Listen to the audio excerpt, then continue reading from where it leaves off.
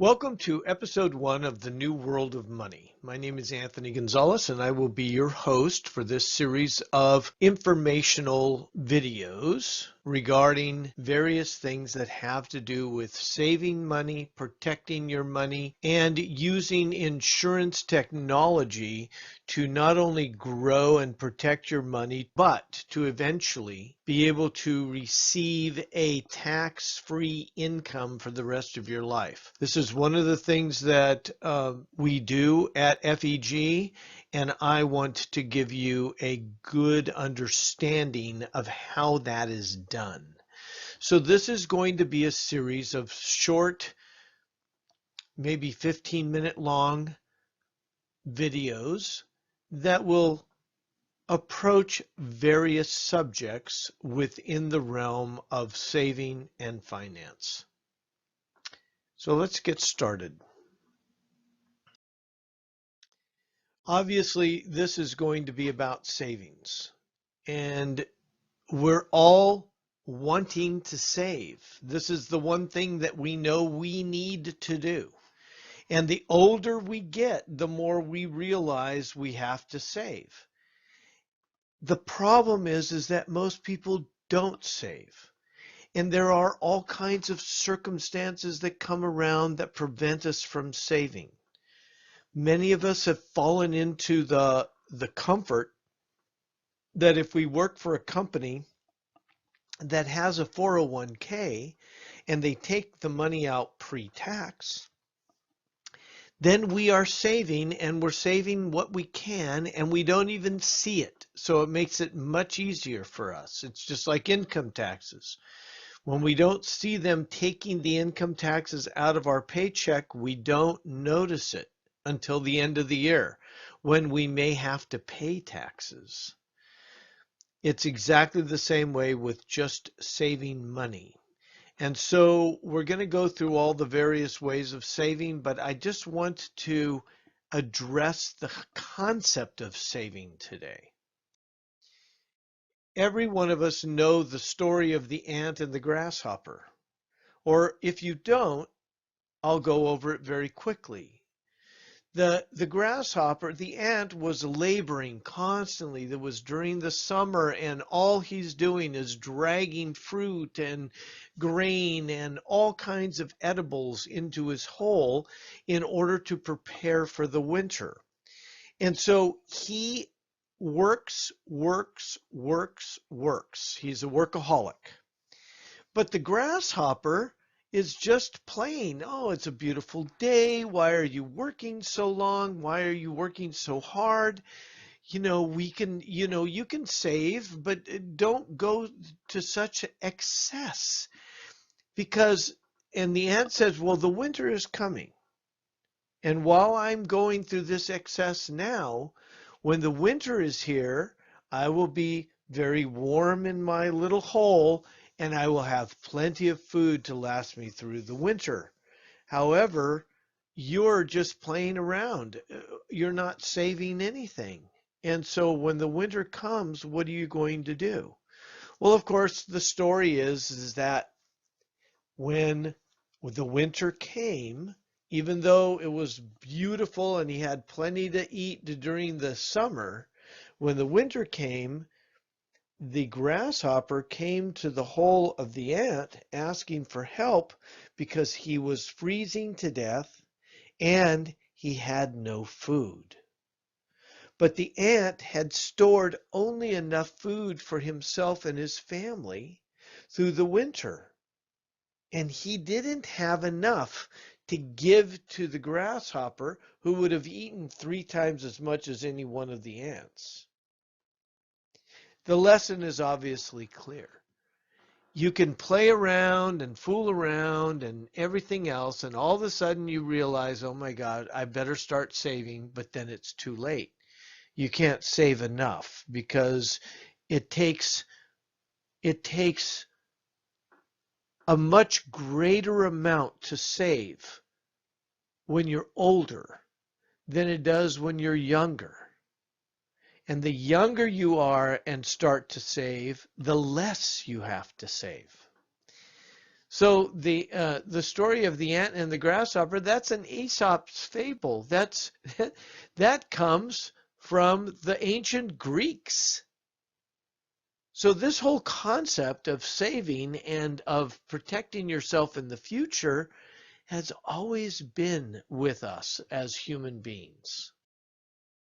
Now, you'll notice in this graph here, it says if you start saving at the age of 30 and you save $2,000 annually, by the time you reach the age of 65, you'll have $372,000 saved. If you save 4,000, you'll have $744,000 saved. If you save 8,000, you'll have $1.5 million saved. Notice what it says here, from the age of 30. But look at, if you start to save at the age of 40 and you do the same thing, guess what? Everything, just a 10-year gap in that savings means that you have to save at least $8,000 a year to get $630,000 when you retire. From $1.5 million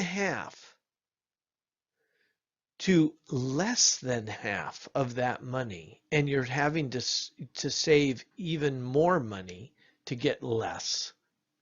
At the age of 50, if you save the same amount of money, 2,000, 4,000, or 8,000, look at what happens. When you retire at the age of 65, you only have 234,000, and that's saving $8,000 a year. If you're 60 and you're saving, you're only going to have $50,000 at the end of the 5 years that you're saving for retirement. So it's very clear. When you start saving younger, you can save more by saving less, by investing less money. Let's look at another example. Here's an example of Kevin, who starts to invest at the age of 25, and Holly, who starts to invest at the age of 35. And they invest $1,000. In 10 years, there's such a significant difference between the 25-year-old and the 35-year-old. Look at this. At the age of 65, that $1,000 for Kevin has turned into almost $9,000. But that $1,000 for Holly, because she started 10 years later, is almost half as much. It's only $5,000.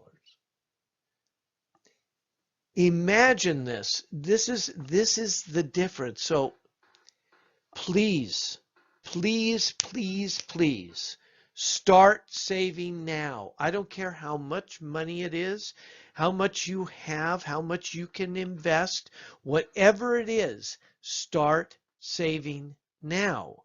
It is better to save when you're younger than when you're older. Understand this. Okay, let's go to another example. Emily invests $5,000 a year for only 10 years. Notice this. It's $5,000 a year for only 10 years, between the age of 25 and 35.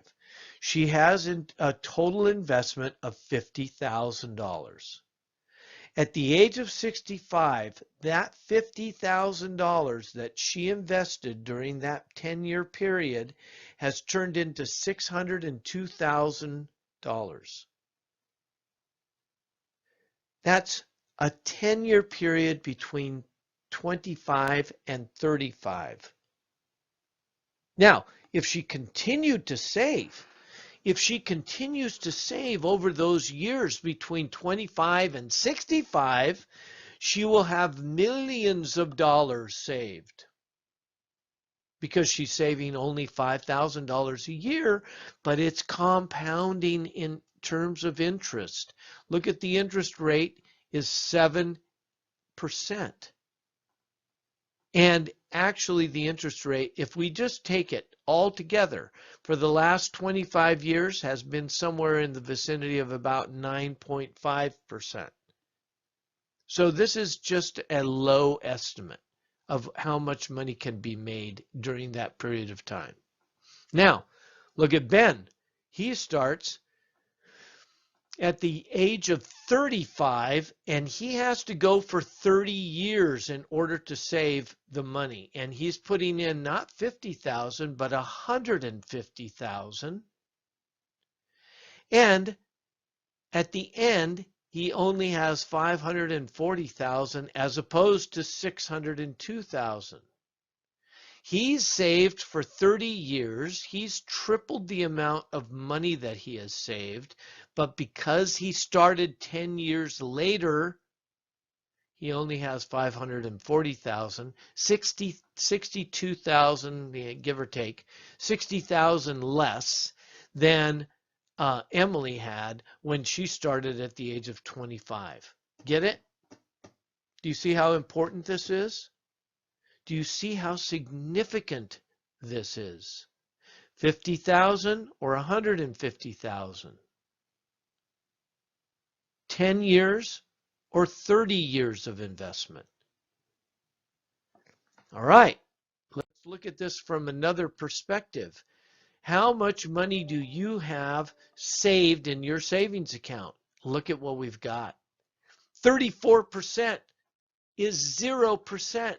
Nobody has any savings. 34% of the American public have no savings. What does that mean? They are going to have to be dependent on the government and on their children, if they have any, for support. 35% have less than $1,000 saved. 35% of the American populace have less than $1,000 saved. That means that 69% of the American public have $0 to $1,000 saved in their accounts. Unbelievable. But this is scary information. These are scary facts. Look at 11% have saved $1,000 to $5,000. 11%, only 11% of the American populace have saved $5,000, up to $5,000. 4%, $5,000 to $10,000. 15% of the American populace have saved $10,000 or more. So we're talking that 85%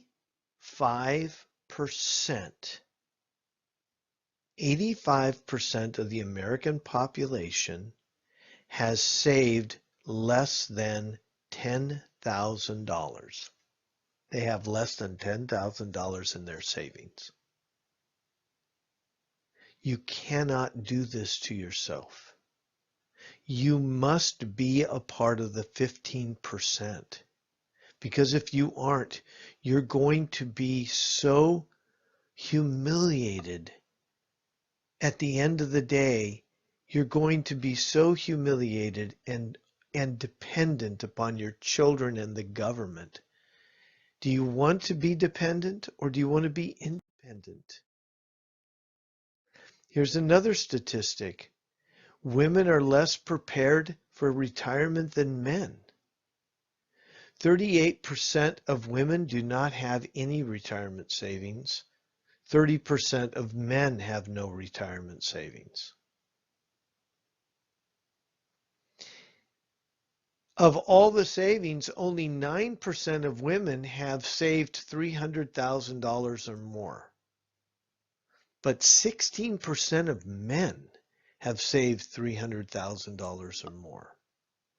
Now, a lot of this is cultural. A lot of this has to do with the whole concept that women are um, are sort of dependent on men because they normally don't make more money than the men do. They spend a lot of time at home because they're, homemakers, or they're working um, uh, sparsely because they have family responsibilities. And this is the way our society is built. The men are the primary breadwinners. Not always, but that's sort of the way it is. So this can be understood, except that it would be nice if both men and women had a bigger chunk of money saved at the end so that they could combine that and have a nice retirement in the end. Here's another example of the graph that we saw 2 slides ago, and this was saving $5,000 a month for 10 years. This is how it looks. And saving all of this money during that period of time, but it's increasing in value because of interest. And you know how it increases. So she only saves $5,000. However, she's got $50,000, I'm sorry, but she's got $89,000, or he has $89,000 at the end of it. Let's say $90,000 because of interest that has accrued on this. If they do not pay any more money and they take it out, they'll have $615,000 at the end of the 60 years, but they will have only put in $55,000 as a total investment during that period of time. In this example, nobody says anything. From the age of 25 to 35, they start saving exactly the same amount at the age of 35, $5,000 a year. They've saved $130,000 as a total investment until they're 60 years old. At the age of 60, they will have a retirement of $431,000. So you see how this all works, and it's the same in every situation. Participant A and participant B. Participant A believes in the old way, save for retirement in qualified accounts. What's a qualified account? That's account that they take your money pre-tax. So you receive a tax deduction at the very beginning, and then you pay your taxes at the end.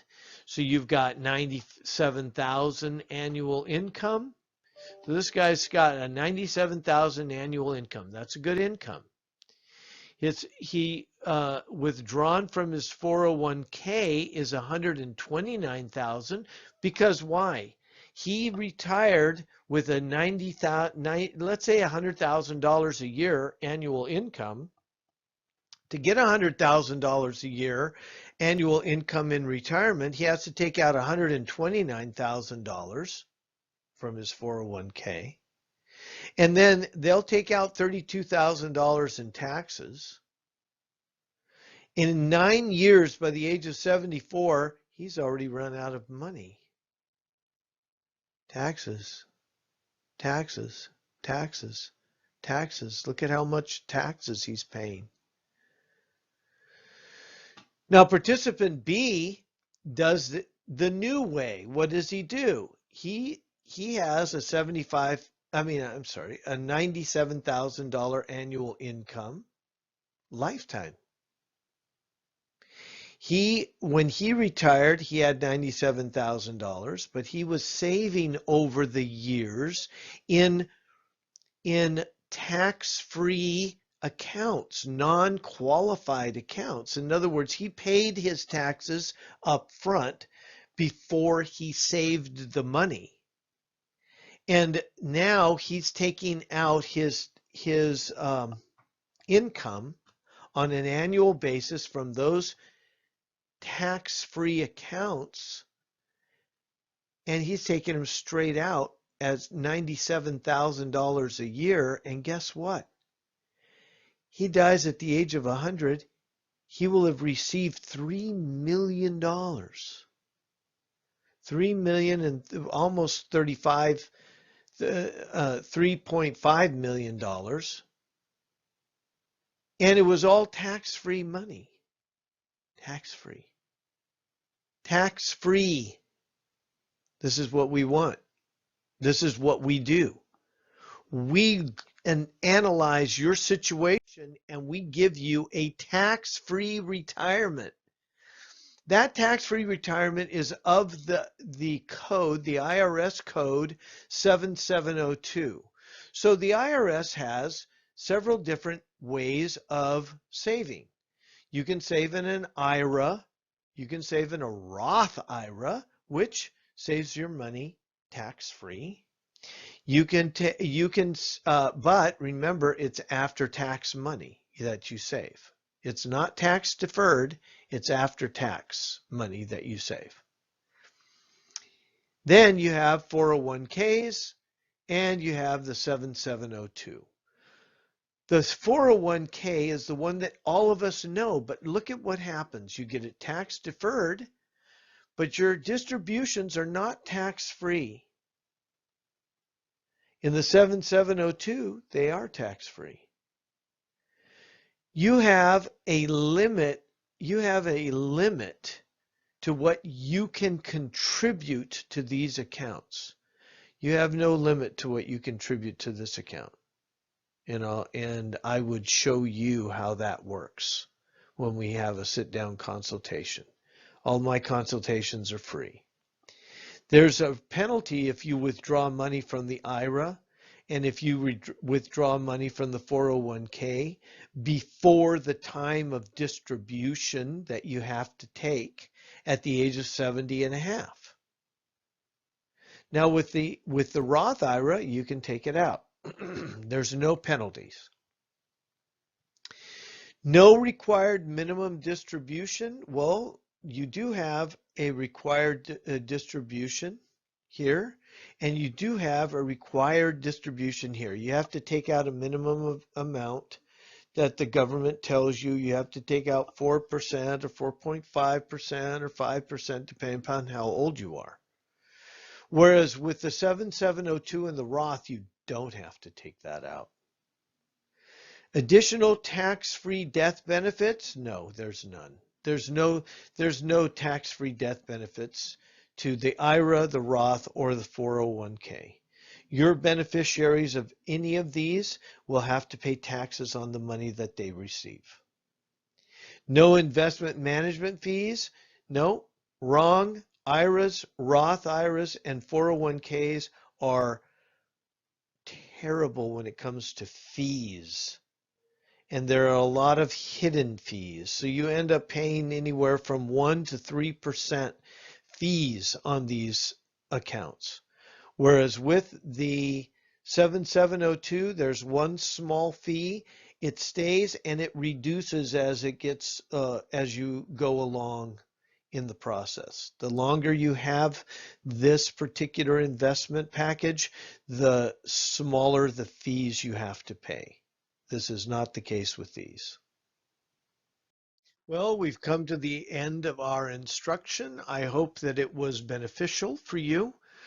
And if you have any questions, if you wish to have a consultation that is free, if you wish to meet me at my office, or I can come to you or a convenient place where we can meet, just give me a call, 1-844-3-TAX-FREE, 1-844-3-TAX-FREE, or that's 1-844-382-9373.